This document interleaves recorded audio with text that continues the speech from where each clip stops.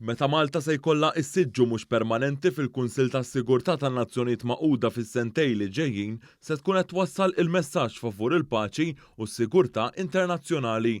Dan kien il-messaġġ tal-Prim Ministru Roberta Bela waqt laqgħa mas-Segretarju Ġenerali tan-Nazzjonijiet Magħquda Antonio Guterres fin New York. Dr. Bela enfasizza l-prijoritajiet ta' Malta li huma s-sigurtà, is-sostenibilità u s-solidarjetà.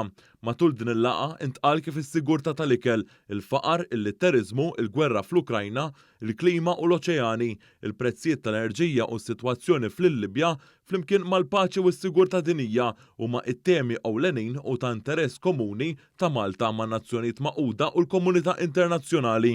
F'din il-laqgħa ġie diskuss it-tibdil fil-klima u s-sitwazzjoni fil-Libja. Dwar din tal-aħħar, il-Prim Ministru Roberta Bela attenna l-attenzjoni tal-komunità internazzjonali lejn il-Libja hija kruċjali biex jiġi żgurat li l-futur tal-Libjani jitfassal mill-poplu Libjan innifsu. Dwar riforma ta' Nazzjonijiet Magħquda, il-Prim Ministru sostna li Malta taqbel li Nazzjonijiet Magħquda jridu jevolvu u jadattaw kontinwament biex jibqgħu effettiva quddiem sfidi ġodda. Intant il-Prim Ministru Malti ltaqa' wkoll mal-President tal-Kunsill Libjan Mohammed Menfi.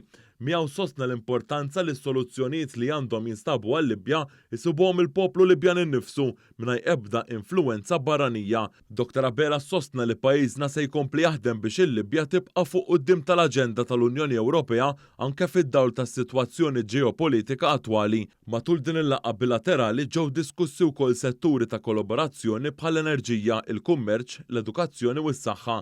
Il-President Libjan esprima l-apprezzament tiegħu għad-dikjarazzjonijiet li l-Prim Ministru Malti għamel fid-diskors tiegħu fl-Assembleja Ġenerali tan-Nazzjonijiet Magħquda.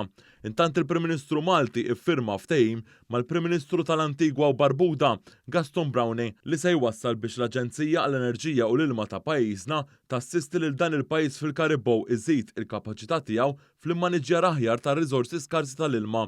Fid-diskors tiegħu fl-Assembleja Ġenerali tan-Nazzjonijiet Magħquda, il-Prim Ministru sostna li Malta qed tgħin l-istati membri żgħar oħra fil-qasam tal-immaniġġjar tal-ilma, sfida għal ħafna pajjiżi u waħda ewlenija għall-ġenerazzjoni preżenti.